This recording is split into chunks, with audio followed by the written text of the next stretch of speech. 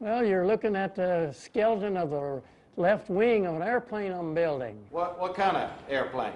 It's a two-place single-engine airplane.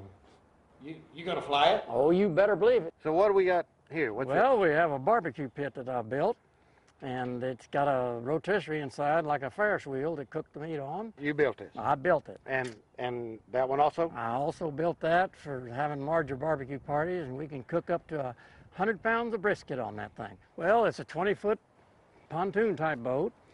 I built it and made it into a camper. If you'll notice, the curtains on the side roll down, zip up at the corners, and I go fishing on the coast, and I can camp out at night. Well, it's a two-place helicopter. It's called a Baby Bell, and it's just like the kind you see on MASH, that Bell 47s. And I'm guessing you built this yourself? And I built it, yes. Now we're outside the hangar, just as interesting as inside. What's going on here? Well, you see a couple of tracks here, and I got a dolly that rolls on them. I can land the helicopter on the dolly, and then we just roll it into the hangar. Right back in there? Yeah. All of this began a very long time ago.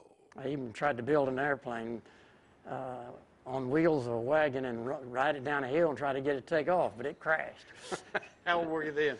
And I was about 8 years old.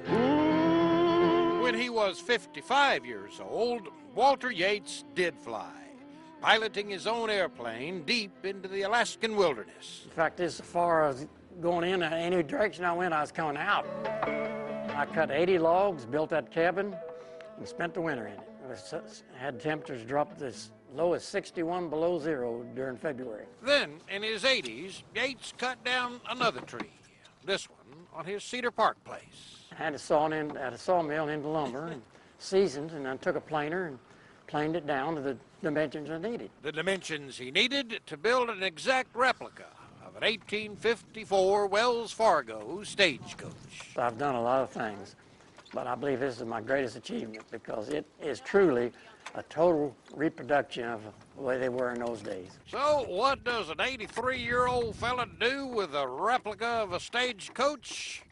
Well, he offers it up for sale on eBay, of course. Jim Swift, KXAN, Austin News.